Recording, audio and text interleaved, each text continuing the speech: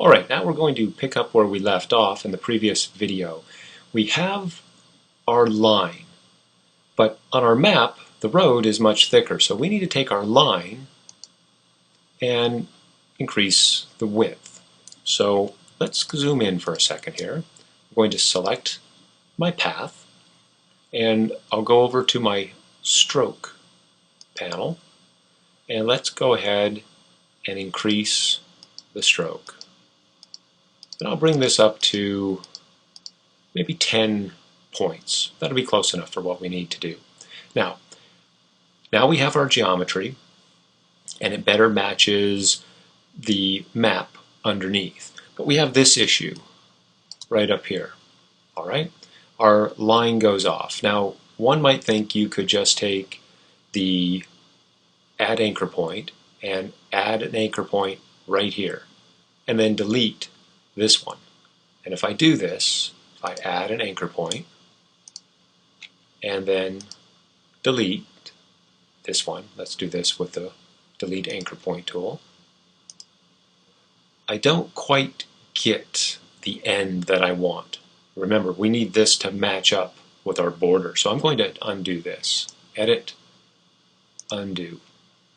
Alright, and then we'll edit and undo, add an anchor point. So we're back where we started.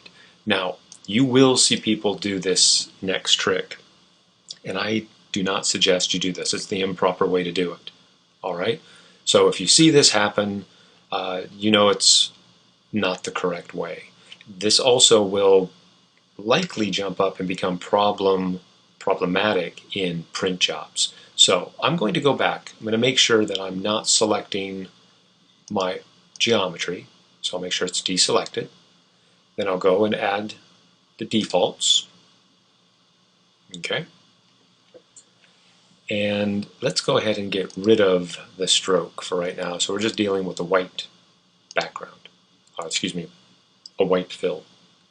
Let's get our rectangle tool, and then I'll just click, hold, and I will drag a box like so. And you'll see very quickly I get that edge, if I zoom in, exactly like I'm looking for. Alright? But basically you just have a box over the top of your artwork. Now people do this, unfortunately they do it all too often. It's really not the correct way to do it. This could become problematic in a print job. You might find that out the hard way, but let's just do this the correct way now. Let's get rid of this box. So I'll select and delete.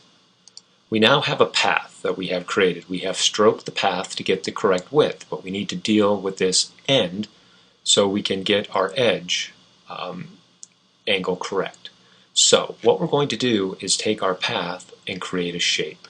So let's go up to our object menu because we're dealing with an object, and our object is a path, and what we're going to do is outline this stroke. You might think it's outline path. That would sort of make sense, but it's a stroke, so outline the stroke. So now we have anchor points around the outside of our shape. It's no longer a path. Alright? So what you might want to do, I'm going to undo, and we'll go back to a path here. What you might want to do is select your path and then edit and copy your path. Or you can even make a duplicate of the layer. Just in case something goes wrong, you don't have to go through the whole process again. You could delete the bad geometry and then paste your shape right back in place. Okay, so I'll just keep that on the clipboard as a safety feature. Alright, so let's go back, object, path, and let's outline our stroke so we're dealing with a shape. Now, what I'll do is zoom in. I'll select my path by clicking right on it. Let's go ahead and get the add anchor point tool, and I'll click right about here, right about here. Now if I used a guide, I could be much more precise, but I'll show you how to fix this in just a moment. And when I say fix this, that the points are not going to be in perfect alignment. So let's go ahead and get our grabber tool. What we need to do now is get rid of these points. So I'm going to do that with the Delete Anchor Point tool,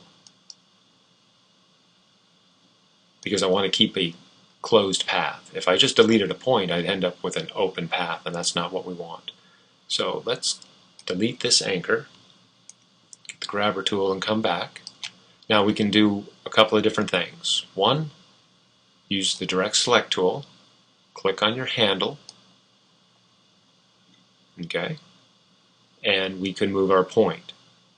But that's going to change this geometry down here also. So we need to break the union between the two handles first. So let's undo the move. Let's use the Convert Anchor Point tool, and I'm going to drag this, and if I hold the Shift key, my handle will snap to 45-degree increments. Alright, so I'm going to bring this one down just like so. And then we could just take this handle if we want and click right on the point, and then it just goes away. Okay? I want this handle to be gone also here. So I'm going to click on this handle so it goes away. Now, I need these 2 points to line up perfectly. So I'm going to deselect my artwork and then use the direct select tool and click on this anchor point, and then hold the Shift key and click on this anchor point. Now, all of the other anchor points should remain empty or showing white, so they're not selected. Just these 2 are selected. And whichever one you click second is the one that the other should align to. Okay? So I probably clicked this one first and then this one. So I'm thinking this one should jump up. I got a 50-50 chance of being correct here. Let's go to our window menu. Let's get the Align tool, our Align panel. We don't need to see the options, but you can view the options for the distributive spacing and the Align too. But I'm just going to do the Align Anchor Points. Now I selected this point with the command, this point with the command key. So only these 2 points are selected, none of the other points. So if I align, vertical align center, this one jumped up to match the second one that I selected. So now I have a nice straight line across here. Okay? Alright, we'll go ahead and end this video, and then I'll show you potentially another way of editing this path. Or I should say shape.